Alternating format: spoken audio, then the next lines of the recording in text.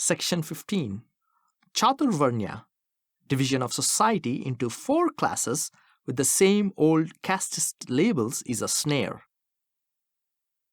But there is a set of reformers who hold out a different ideal. They go by the name of the Arya Samajists, and their ideal of social organization is what is called Chaturvarnya, or the division of society into 4 classes instead of the 4,000 castes that we have in India. To make it more attractive and to disarm opposition, the protagonists of Chaturvarnya take great care to point out that their Chaturvarnya is based not on birth but on worth.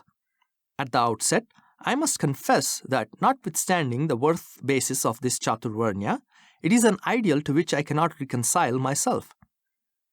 In the first place, if under the Chaturvarnya of the Arya Samajists, an individual is to take his place in the Hindu society according to his worth, I do not understand why the Arya Samajists insist upon labeling men as Brahmin, Kshatriya, Vaishya and Shudra.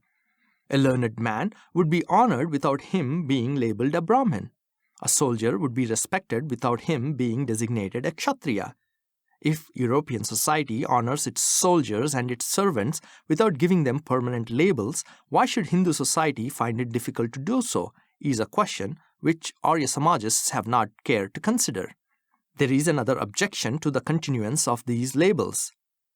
All reform consists in a change in the notions, sentiments, and mental attitudes of the people towards men and things. It is common experience that certain names become associated with certain notions and sentiments which determine a person's attitude towards men and things. The names Brahmin, Kshatriya, Vaishya, and Shudra are names which are associated with a definite and fixed notion in the mind of every Hindu. That notion is that of a hierarchy based on birth. So long as these names continue, Hindus will continue to think of the Brahmin, Kshatriya, Vaishya, and Shudra as hierarchical divisions of high and low based on birth and to act accordingly. The Hindu must be made to unlearn all this. But how can this happen if the old labels remain and continue to recall to his mind old notions? If new notions are to be inculcated in the minds of people, it is necessary to give them new names. To continue the old names is to make the reform futile. To allow this Chaturvarnya based on worth to be designated by such stinking labels as Brahmin, Kshatriya, Vaishya, Shudra, indicative of social divisions based on birth, is a snare.